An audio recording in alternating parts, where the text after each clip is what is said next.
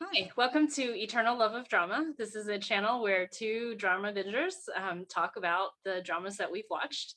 We like to make fun of a lot of things, and we have a lot of very strong opinions about the things that we've seen on screen and the people that are in it.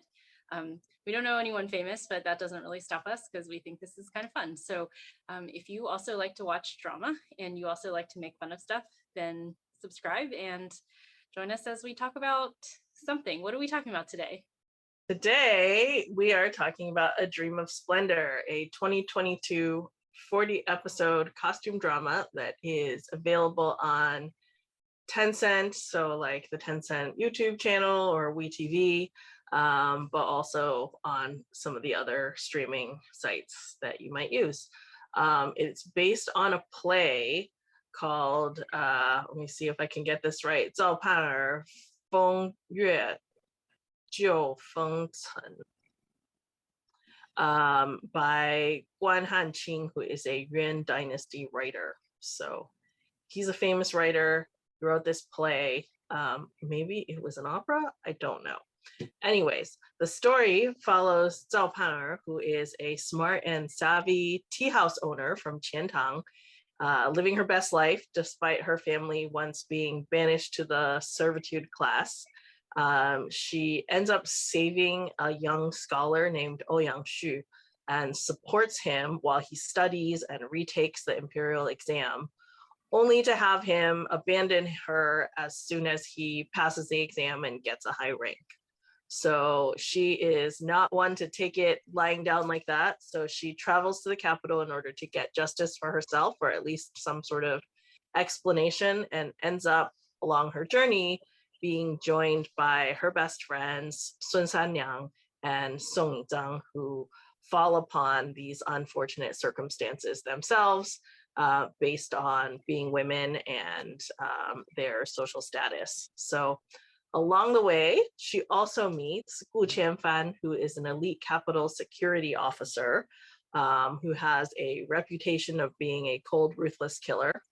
But he ends up getting set up by unknown enemies and gets embroiled in this whole political power struggle that ends up relating to secrets from the past that have to do with his parentage, as well as the circumstances under which Zhao Pan'er's father was killed and his family was banished. So the three women end up making it to the capital, and they are business women who at that time it was, the business class was very poorly looked upon.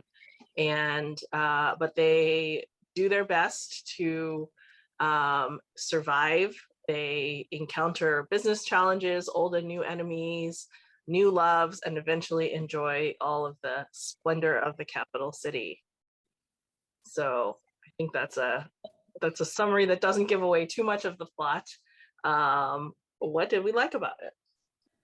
I'm going to say something overall. It's very pretty. So I think, were trying to explain to you or show you how splendid the capital was during the Song Dynasty. And I think that they did a really good job, from the costumes, the set design, to the lighting. Like, I appreciated that they shot like on real sets, like outside, and you could see like the little canals that they were on and people doing business, and there's just a lot of attention to detail, and it really reflected, I think, a lot of hard work that they put into like telling you a visual story. So I appreciated that. It was good to look at. Yeah, they called it A Dream of Splendor. They couldn't make it ugly. And I think if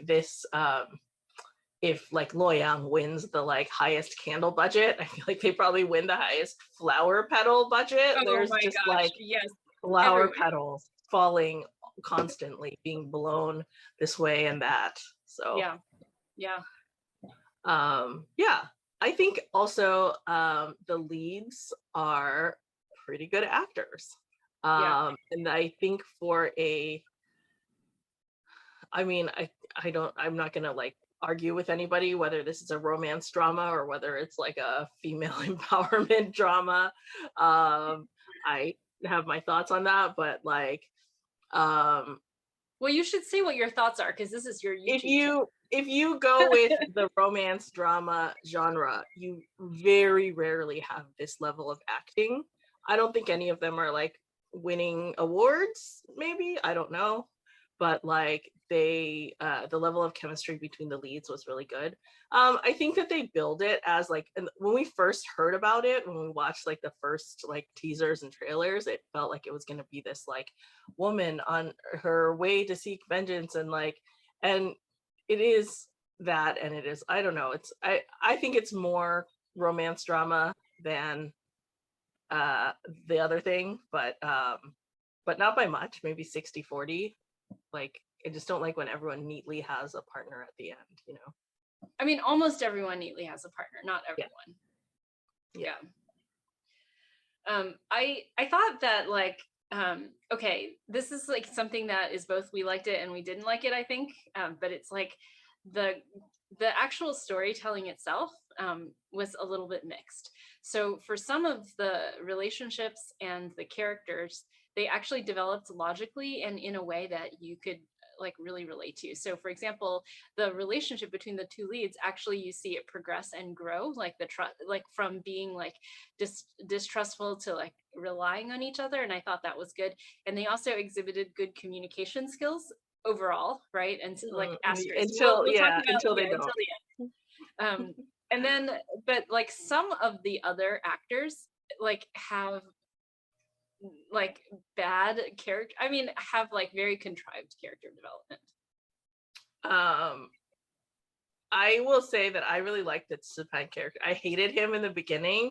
Like, when you Yeah, can go from hating somebody in the beginning to liking them in the end, to like rooting for them in the end, yeah, like they have told you a story about this person, and he, like, that character is like just the like buffoon in the beginning, and you're like, oh my god, he's juvenile baby man, right? But yeah, juvenile baby man is actually Sang, right? Like, yes, yes. she's like the juvenile, like doesn't learn, and does, you know, until she, anyways. So like, I really liked the Sipang character. I thought he was really funny. And like, for me it was very much a miss in the beginning, like it was just obnoxious humor, but then as he developed, it got like to be a nice like comic relief to the drama. And I think that like the Du Tangfeng character also provided like, it had, I like when it has like light comedic elements to the drama. Yeah, I like that he was on, like he had a nice role because he's Ni Huang's little brother in Nirvana and Fire. So I kind of was like, oh, it's good to see you. Yeah, but some of the other characters, as you mentioned, like the development, the character development was like, you know, they're like obnoxious little brats, and then the next minute, like literally, they're like, okay, I understand, like Yeah, yeah. just overnight. So yeah. Um, Um, what what else? else? I really liked the like, sometimes, you know, when they're like, oh, and these people are really great business people, right? They just say that and you're supposed to believe it. But like, when they opened that restaurant, like, oh my god, they had like VIP sections, like special events, like the like living portrait painting like Yes, situation with like, and obviously like the spotlights and the like, you know, holding the metal things as spotlights was like, I don't know how realistic that was, but like the effect of it was like spectacular, right? Like they actually like, and you showed that they showed them like doing this spectacular opening night, and then they weren't like, and then everything was great, right? It's still, they still had to keep working to make the business succeed. So I liked that that was like realistic. yeah. um It was even back to when they owned the tea house. So one of the things that I liked in that same like vein is that like they open the tea house and it does really well, and then it doesn't do well. And he's like, oh, it's because you're on the wrong street, right? And then like that becomes, and then they have to like figure out how to deal with that. And then like someone copies their dessert and sells it for less, and they have to deal with the competition. So they actually have real business challenges that are real life business challenges and not like made up drama ones. like the writers did some research or know something about running a business. I don't know. I guess Yeah. I hear it's possible to talk to actual people that run a business. I don't know. Yeah. And I really personally was a big fan of the Zhao Pan'er character. I thought that like I appreciated that like while I'm not going to say that this is a like feminist must see like, drama in any way, her character was like a feminist heroine. She consistently is that woman that supports other women, even like, and does it out of principle, even when like there is potential like personal loss or personal conflict. Like she just believes in it and she does it, and it's like awesome. Yeah, I agree. She is very consistent, and I didn't like. I appreciated her friendships, like, in that they really did highlight that like women can be friends with each other, and they don't always have to be catty and jealous. And there's even like one like minor catty jealousness that just eventually goes away when people realize that like there are bigger things going on than that. So I think that like the way that they describe the relationships, minus like I really just thought like In Zhang's character was like the weak character in all of this, but like other than that, I actually really liked all of the female characters.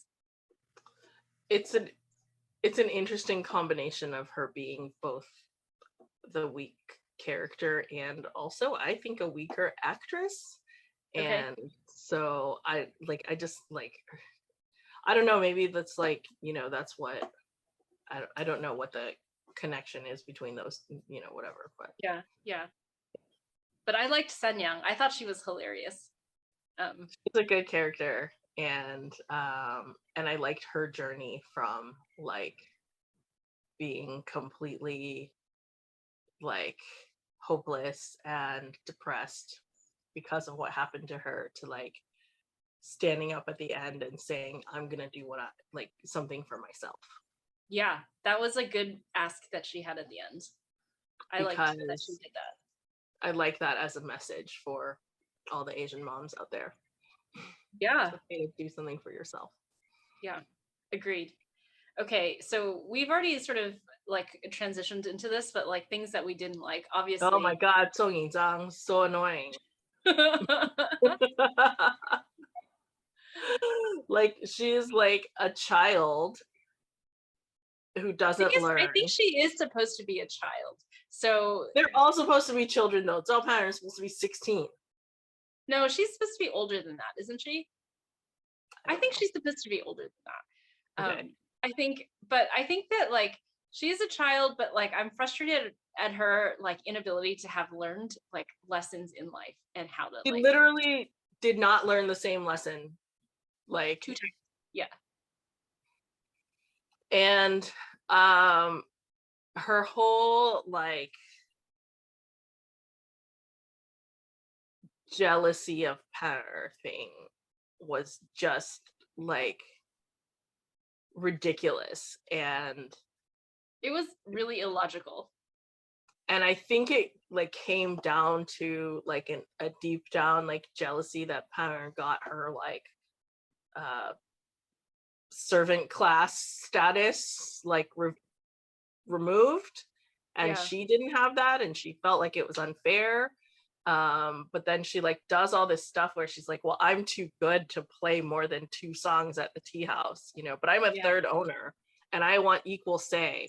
This is literally the only work I do. Yeah.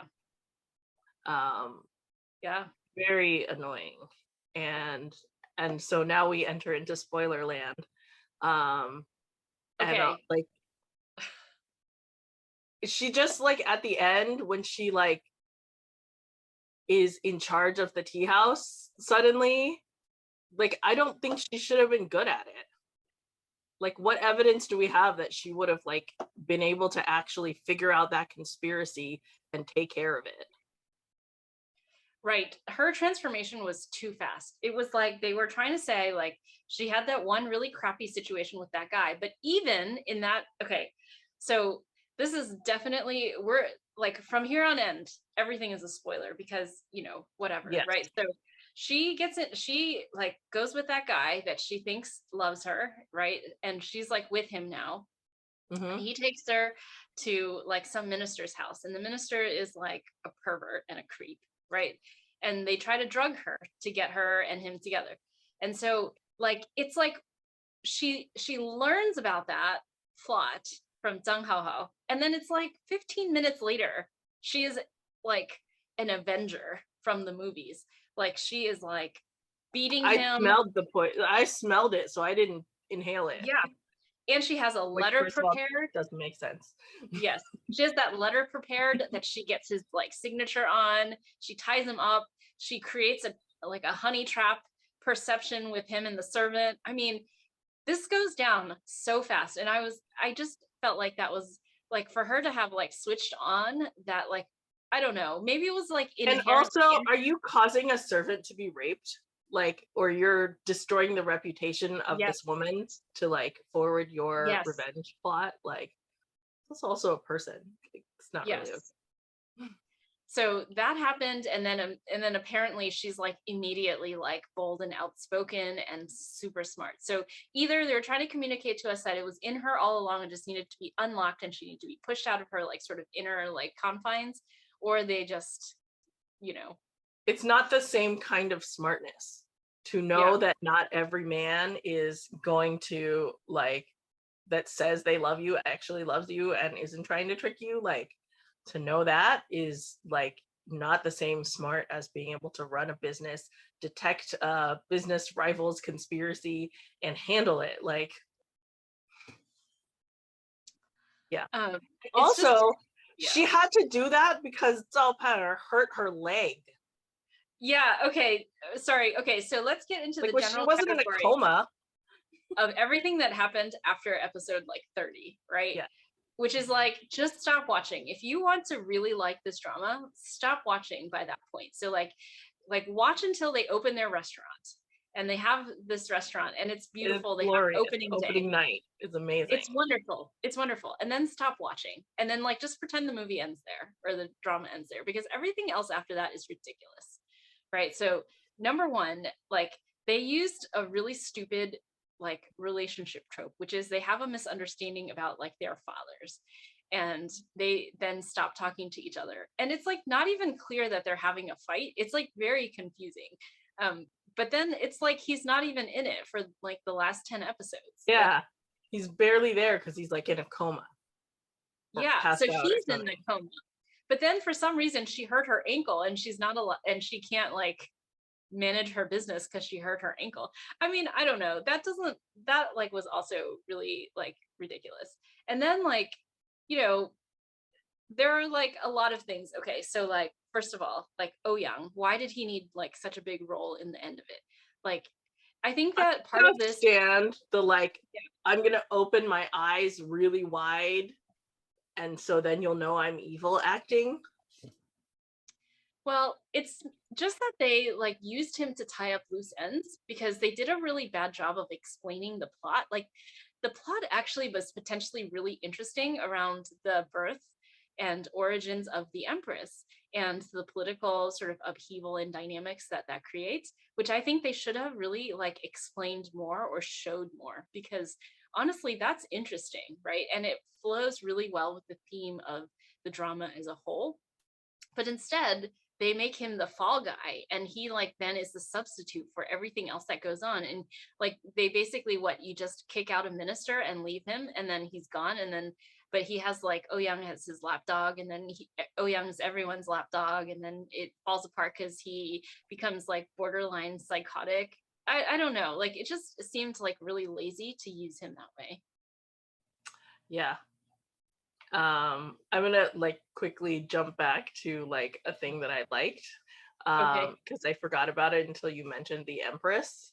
I think like as a sort of like related thing to like how much I liked Panner's character, like I liked that she helped the Empress out of like a sense of solidarity based on their like similar like place in life, and like being women that were sort of subject to this caste system.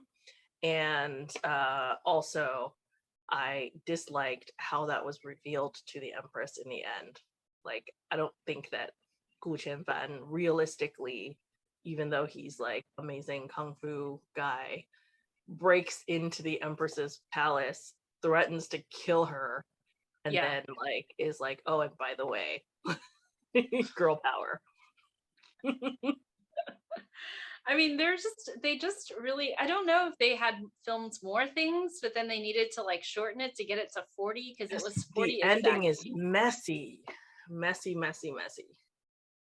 So the ending is messy and it's like it's just there's like too many unanswered questions. Like you got little teasers of like what was like Gu Tianfan's dad, like the Xiao family really like. Like, do you trust the brother? Do you not? Do you trust the dad? Do you not? Like, what's their relationship gonna be like? Are I you gonna think that was like bad acting, that scene where the brother okay? helps out, because Yeah. I was like in my head, I'm like screaming at her, run, don't trust him, run.